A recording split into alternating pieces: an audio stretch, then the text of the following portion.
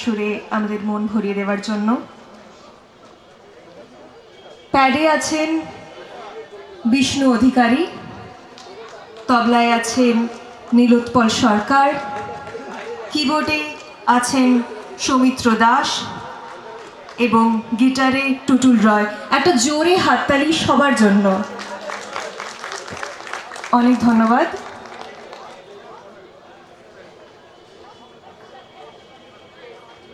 মায়াবী সকাল মুছে যায়, কেটে যায় কত নিস্তরঙ্গ ভোর। সাদা থান, সাদা সিথি, নগ্ন হাতে শ্বেত অন্ধকার, আদিগন্ত সাদা কুয়াশা ভেজা জীবন। তবু পুটু ঠাকুমার রং ভালোবাসত। রঙের টানা ভরণ দেখে নিশ্চিন্তে বলে দিত, বোধহয় বর্ষা এসে গেল। পলাশের প্রথম কুড়ি ফোটার আগেই জানিয়ে দিত, ফাগুন আসছে, পিচকারিতে রং ছুটিয়ে। এমনই মনোরম একজোড়া চোখ ঠাকুমার। ও পাড়া থেকে নন্দু এসে বসত ঠাকুমার দাওয়ায়। অন্ধ ছেলেটির চোখে শুধুই রাধার নীলাম্বর, কিংবা মৃত্যুর মতো কালো এলো চুল। নন্দু জানতে চাইত, অশোকের কুড়ি ধরেছে ঠাকুমা? গন্ধ পাচ্ছি যেন আকাশে রামধনু নেমেছে মহুয়া বনের দিগন্তে। কৃষ্ণচূড়ার ডালে বসেছে সেই পথ ভোলা নীলকণ্ঠ পাখি। নন্দু গান শোনাতো ঠাকুমাকে, আছে সে তারায় তারায় নয়ন ধারায়। ঠাকুমা হাসত চোখের জলে, হালক খারাছে চোখে দেখলি না বাপ, দেখলি না কালো মেঘের কোলে সাদা বক ভেসে গেল। তুলি খুঁজে পান না যামিনী রায়। নন্দু জেদ করত, এবার দোলে কিন্তু একটা পিচকারি কিনে দিতে হবে। সে না হয় দিলাম, রং দিবি কাকে? তোমাকে রঙে রঙে ভিজিয়ে দেব তোমাকে। দোলের পিচকারি কিনে আনতে গিয়ে ঠাকুমা চোখ দুটো দান করে এলো, যেন তার মরণের পরে এই চোখে রং দেখে নন্দু। জায়রা বলে, পড়ছো কি? পরের জন্মে যে কানা হয়ে জন্মাবে। পুটু ঠাকুমার হাসিতে ঝিলিক মারে রং বাক্সের পৃথিবী। তারপর অনেকগুলো দিনের পর নন্দু পুটু ঠাকুমার চোখে আকাশ জুড়ে রামধনুর খেলা দেখে, আর পড়ন্ত বিকেলের নিকেল করা মোমবাতির রং। ও বলতে ভুলে গেছি, এখন ওকে নন্দু বলে ডাকলে খুব রাগ করে। নন্দু কেন জানো না? আমার নাম জ্যোতির্ময়।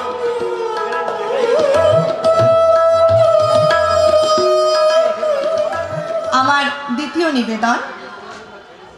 রং বললে রঙের সঙ্গে প্রেম জড়িত, কিন্তু সমস্ত প্রেমই তো পূর্ণতা পায় না। ঠিক সেই রকমই কৈশোর বয়সের একটি প্রেম, যে প্রেম পরিপূর্ণতা পায়নি, সেই বিষয়কে কেন্দ্র করে কবি জয় গোস্বামীর একটি কবিতা, যেটা আপনাদের প্রত্যেকেরই জানা এবং খুবই পরিচিত কবিতা, তা আমি আপনাদের কাছে নিবেদন করছি। কবিতা মালতীবালা বালিকা বিদ্যালয়। বেণীমাধব, বেণীমাধব, তোমার বাড়ি যাব। বেণীমাধব, তুমি কি আর আমার কথা ভাবো? বেণীমাধব, মোহন বাঁশি তমাল তরুমূলে বাজিয়েছিলে। আমি তখন মালতী স্কুলে ডেস্কে বসে অঙ্ক করি। ছোট্ট ক্লাস ঘর, বাইরে দিদিমণির পাশে দিদিমণির পর। আমি তখন নবম শ্রেণী, আমি তখন শাড়ি। আলাপ হলো বেণীমাধব সুলেখাদের বাড়ি। বেণীমাধব, বেণীমাধব, লেখাপড়ায় ভালো, শহর থেকে বেড়াতে এলে আমার রং কালো। তোমায় দেখে এক দৌড়ে পালিয়ে গেছি ঘরে। বেণীমাধব আমার বাবা দোকানে কাজ করে। কুঞ্জে অলি গুঞ্জে তবু ফুটেছে মঞ্জরি। সন্ধেবেলা পড়তে বসে অঙ্কে ভুল করি। আমি তখন নবম শ্রেণী, আমি তখন 16। ব্রিজের ধারে বেণীমাধব লুকিয়ে দেখা হলো। বেণীমাধব, বেণীমাধব, এতদিনের পরে সত্যি বলো, সেসব কথা এখনো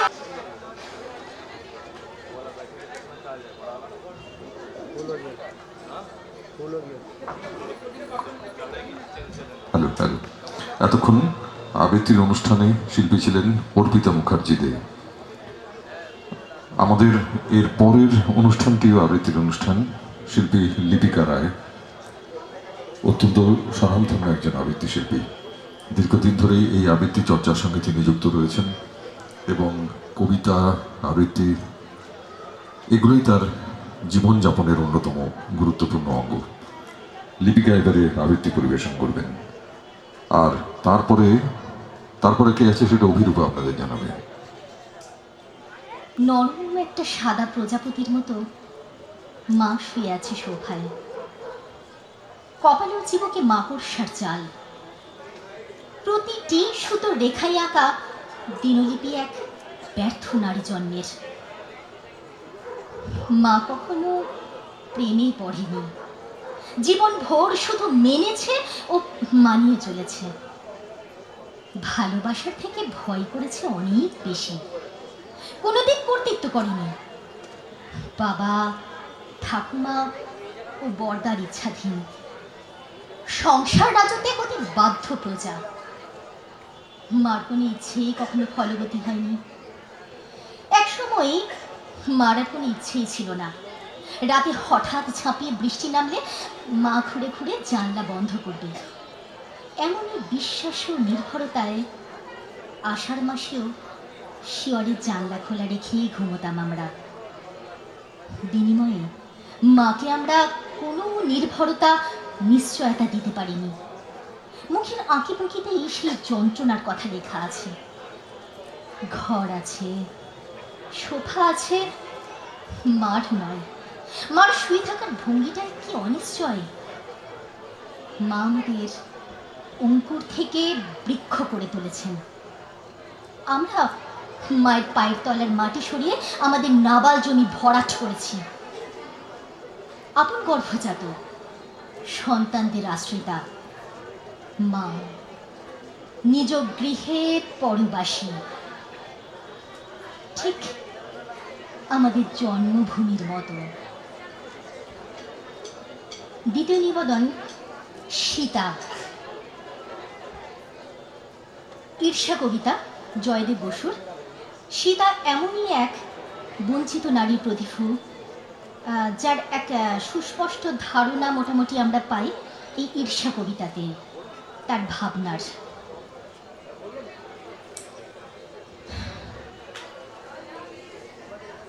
একজন আমায় হরণ করেছিল, অন্যজন ঠেলে দিয়েছিল আগুনে। আমি কোন দিকে যাব? তাদের সমস্যা ছিল নিজস্ব পারস্পরিক ভ্রাতৃদ্বন্দ্ব, গুপ্ত হত্যা, কুবেরের বিষয় আশয় এবং জেনানা মহলের কূটনীতি এবং রাজনৈতিক চিন্তা, জমি জমি দখলের লড়াই। তার জন্য রাক্ষস, রণবীর, বজ্রং বা বানর, কত রকম যে সেনা। আমার সঙ্গে তাদের কোনো সংঘাত ছিল না। তবু একজন আমি চুলের মুঠি ধরে হিঁচড়ে তুলেছিল রথে, অন্যজন নির্দেশ দিয়েছিল অগ্নি প্রবেশের। আর সে আগুন যখন চতুষ্পার্শ্বে লেলিহান, হিরণ্যলোহিত সেই তীব্রতা ছাড়া অন্য সব নাস্তি মনে হয় যখন, আমার স্থির করতে হয়েছিল আমি কোন দিকে যাব। হায়, আমি স্থির করেছিলাম। কেন যে স্থির করেছিলাম হায়, সে কত দীর্ঘদিন আমি কোনো প্রসাধন করি না, দীর্ঘকাল গ্রহণ করি না আমিষ। আশ্রমের কঠোর জীবনে এতদিনে আমি দৃষ্টকটু, কৃষ, স্মৃতিকে ঘৃণা করতে এখন এমন অভ্যস্ত হয়ে গেছে। অবশেষে বসে অর্থশিক্ষিত এক ভাস্করের হাতে গড়া নিজের আদলের এক সুবর্ণ পিণ্ডের সামনে আজ ততোধিক নির্বিবেক শত শত মাংসপিণ্ডের সামনে আজ আবার যেন লেপ্টে ধরেছে সেই আগুন। বাতাস সেখানে হালকা, যজ্ঞাগ্নি সম্ভূত ভস্যে চরাচর স্তম্ভিত নিঃস্ব হয়ে আছে। এ সেই সময়ে যখন দিন বা রাত্রি কিছু বোঝা যায় না, কানের পর্দা বিচুয়ে নামে গলিত প্রলাপ। কি এদের অভিপ্রায়? কি চায় এরা? নারী মাস, পুত্রার্থ, নাকি রাজোচিত ভাবমূর্তির উদ্ধার? কি কি চায় এরা? আমাকে কি আরো একবার ঠিক করতে হবে আমি কার কাছে যাব? বিনা দোষে যাদের একজন আমায় অন্তরীণ করে রেখেছিল এবং অন্যজন দিয়েছিল নির্বাসন।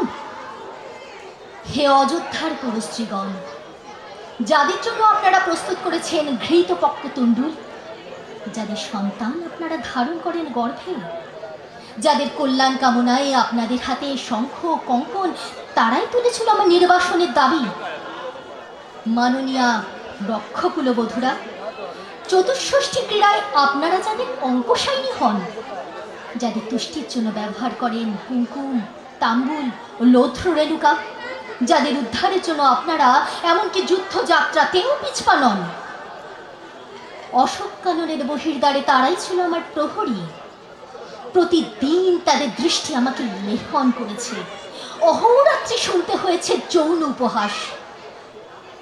অনাগরী, অনভিজ্ঞা ও আমার বানর সুন্দরীরা, এই মুহূর্তে যাদের পথ চেয়ে তোমরা বসে আছো, যাদের জন্য প্রস্তুত করছো বেতসের সরঞ্জাম, ক্লান্তি অপনোদনের জন্য মাধ্যি ও মৌরেয় পরিধানের জন্য বন্য পুষ্পমালা, যাদের জন্য তোমরা দীর্ঘদিন প্রসিত ভর্তৃকা কিংবা এখনো অলকা, আমার অগ্নিপ্রবেশে তারা কোনো প্রতিবাদ করেনি। তো শব্দও শোনা যায়নি নির্বাসনের সময়। এবং অনেক অনেক ধন্যবাদ লিপিকা রয়কে এত সুন্দর আবৃত্তি পরিবেশন করার জন্য। আমি স্টেজে ডেকে নেব প্রবীর সেনগুপ্তকে, বার্নপুর উৎসবের সেক্রেটারি।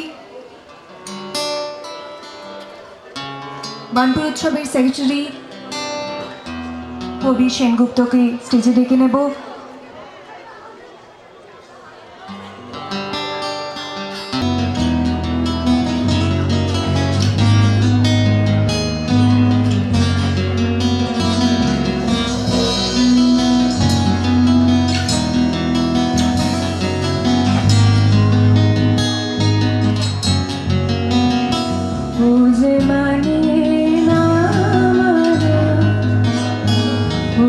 মানে না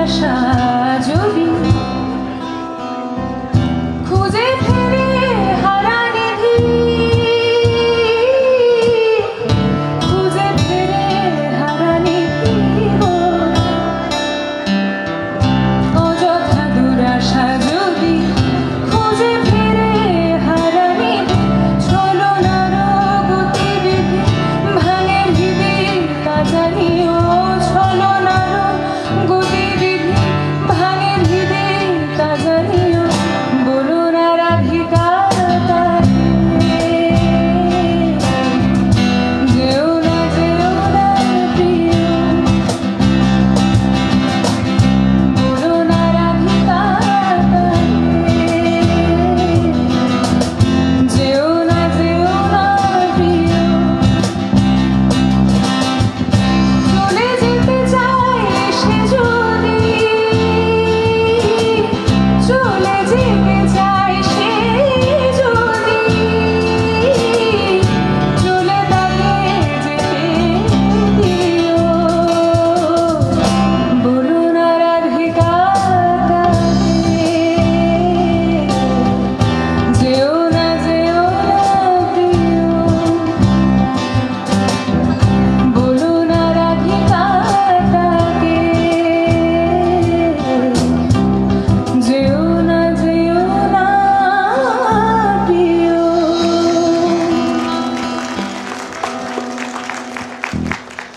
কেমন লাগছে সবার?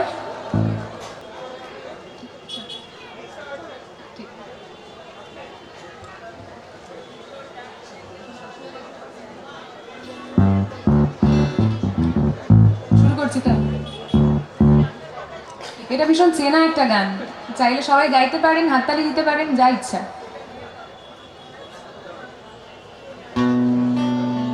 একটু নতুন ভাবে।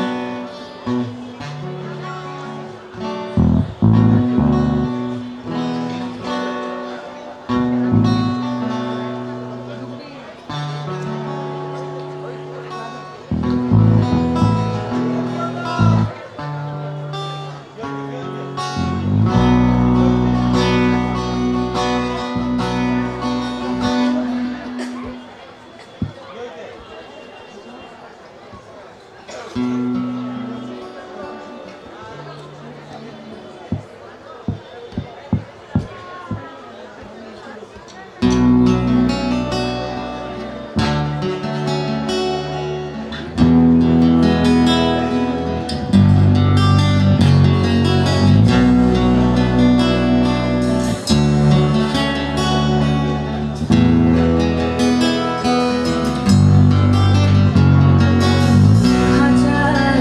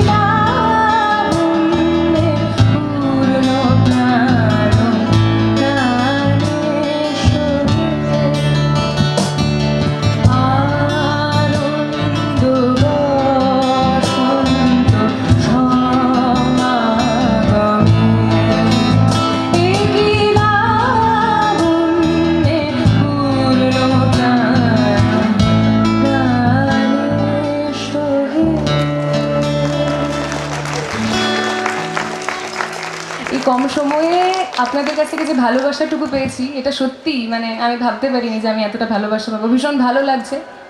আবার বলি বার্নপুর উৎসবের কর্তৃপক্ষকে অনেক ধন্যবাদ। অনুরোধ করব তপন ব্যানার্জি উৎসব কমিটির প্রেসিডেন্টকে ফুল দিয়ে সম্বর্ধনা জানানোর জন্য শিল্পীকে।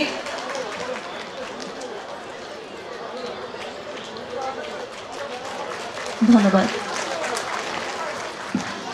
এবারে প্রাণ ভরে আমরা গান শুনবো।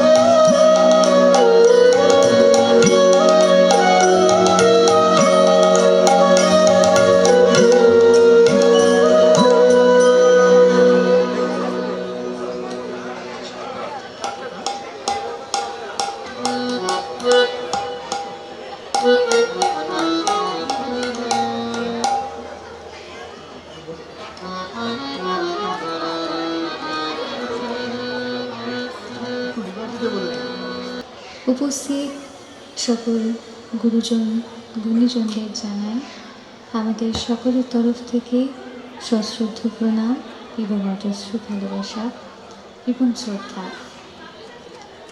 আজ এই উৎসবের প্রাঙ্গণে আমরা সকলে একত্রিত হয়েছি ভগবানের কৃপায়। আমি বিশ্বাস করি যে তিনি আজ আমাদের সকলের মধ্যে আছেন, আমাদের সঙ্গে আছেন। তাই আপনাদের সকলের আশীর্বাদ সঙ্গে নিয়ে, তার আশীর্বাদকে মাথায় নিয়ে আজকে আমাদের অনুষ্ঠান শুরু করছি।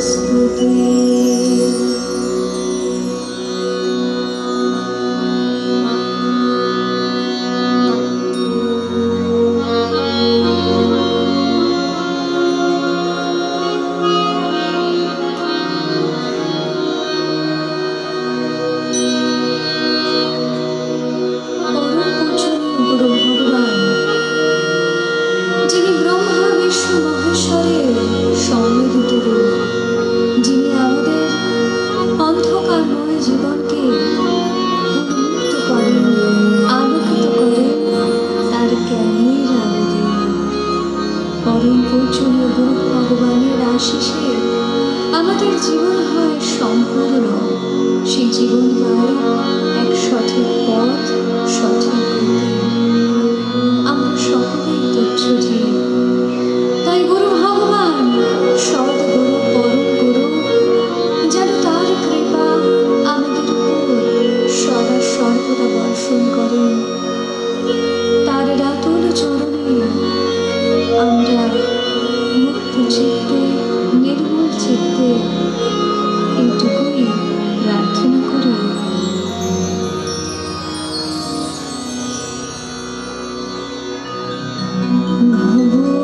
ভবসাগর তারুণ কারণ হে রবিনন্দন বন্ধন খণ্ডন হে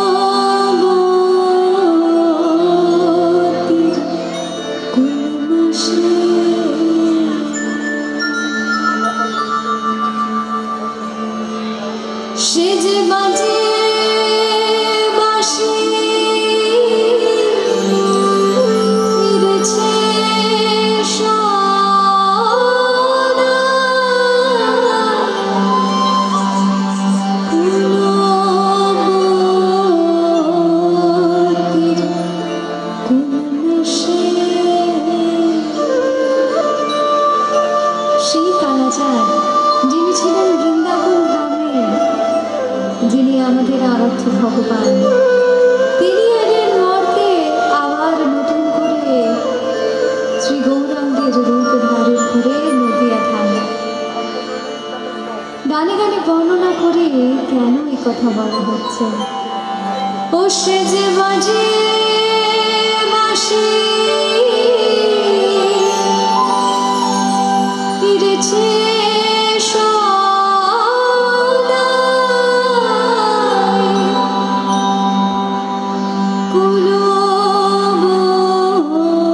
কুলবতীর কুলনাশে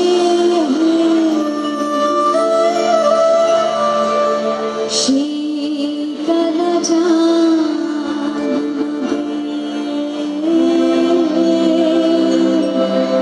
এসেছে মোরে সে কালা চাঁদ, সেই কালা চাঁদ নদে এসেছে, সেই কালা চাঁদ নদে এসেছে। সে যে বাজিয়ে বাঁশি ফিরেছে সদাই, কুলবতীর উল্লাসে। সে যে বাজিয়ে বাঁশি ফিরেছে সদাই, কুলবতীর উল্লাসে। সেই কালা চাঁদ নদে এসেছে, মোরে সেই কালা চাঁদ, সেই কালা চাঁদ নদে এসেছে।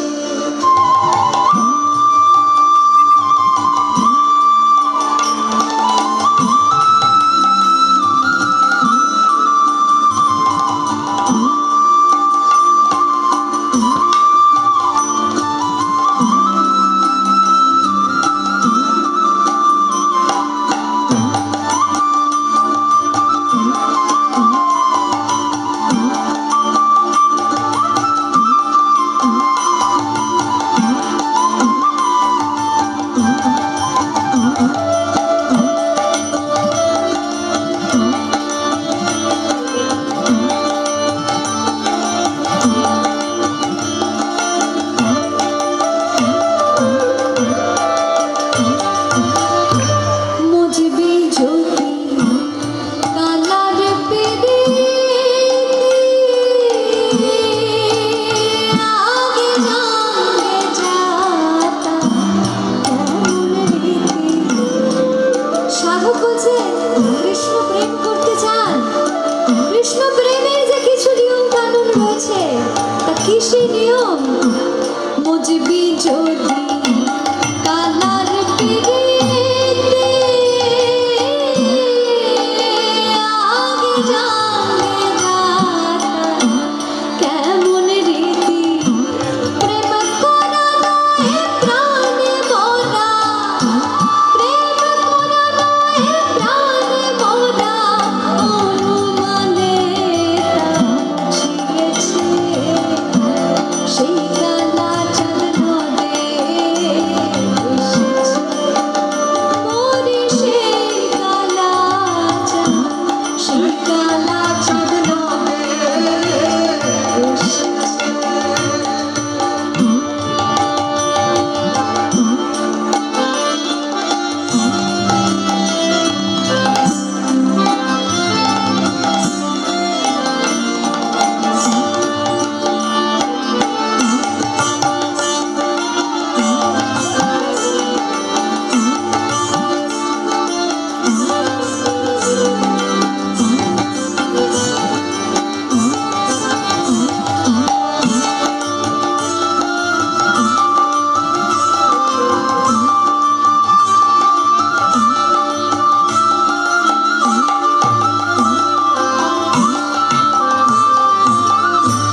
ওই পদে কেউ রাজ্য যদি দেয়, তবু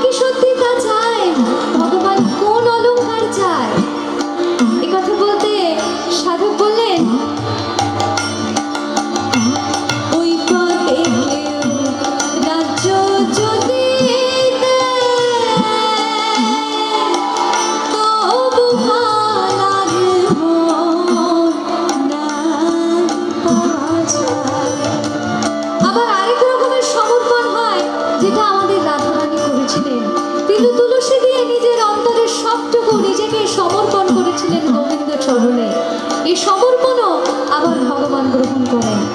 তাই বলছেন ওই পথে কেউ রাজ্য যদি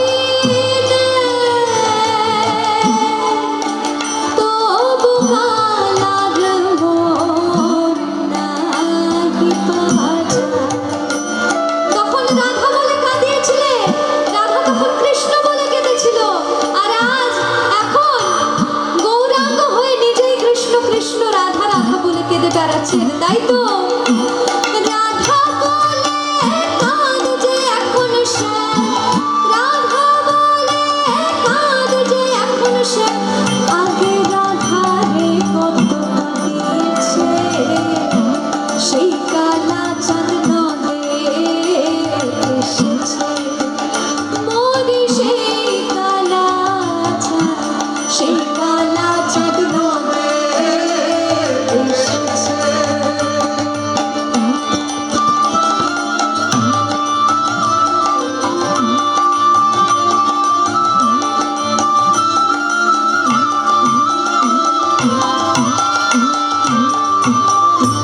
ব্রজে ছিল জলধকাল,